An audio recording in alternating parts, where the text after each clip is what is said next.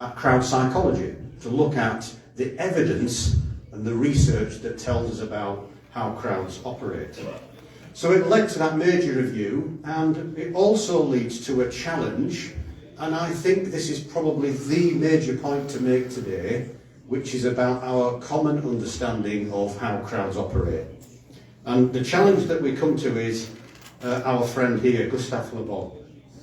Mr. Le Bon was a French psychologist, and he wrote a book, believe it or not, in 1895, which talks about the crowd as being inherently violent, irrational, as being mad and bad, prone to violence, that people in crowds take on an immunity, and that allows them to go and commit violent acts. And Le Bon phrases this almost in a medical term, in terms of violence as being a contagion, something that is spreading around the crowd. And so what he says in that book for the state is that authority and force have got to be the state response. So this is about reflecting the fear of the state in terms of what crowds might do.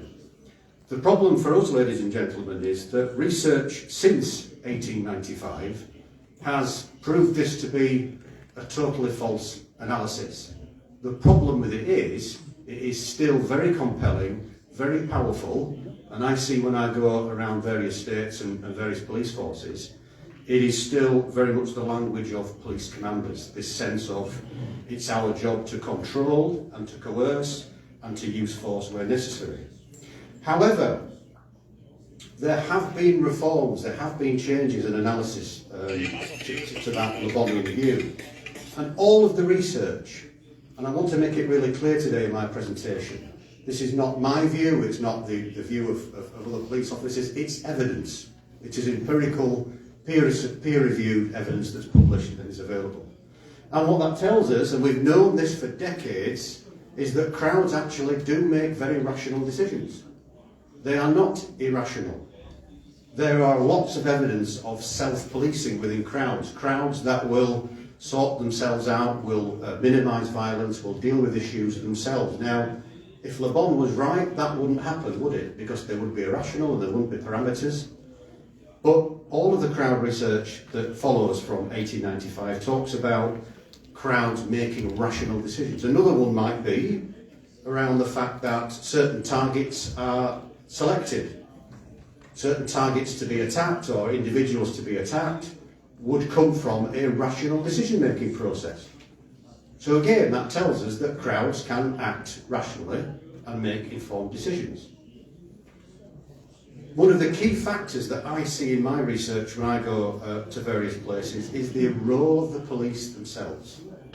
And very, very often it is the overreaction and the illegitimate use of force from the police that actually causes the problem.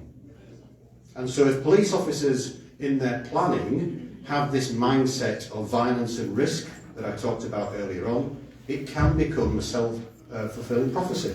They expect it, they gear up towards it, and it might happen. So, to try and explain this and show you this in a way that takes us away from lots of science and lots of writing, I want to show you this from the United States. And what's happening here is this is a protest operation, and the officer that you can see there has become separated from his unit.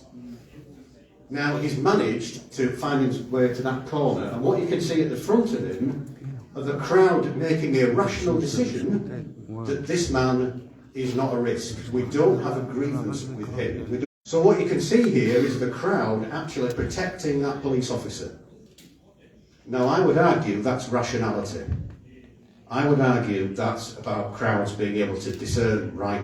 He was with his unit that then came across and they decided, okay, this guy's okay.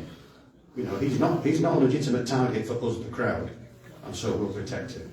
And that's what happened on that occasion. And I hope that visualises this sense of rationality in crowds. Here's another example back in 2001. But you can see there that the houses next to that premises have not been attacked.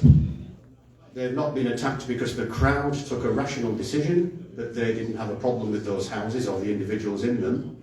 So what they've done in terms of attacking that building is rational, highly rational decision-making, target selection.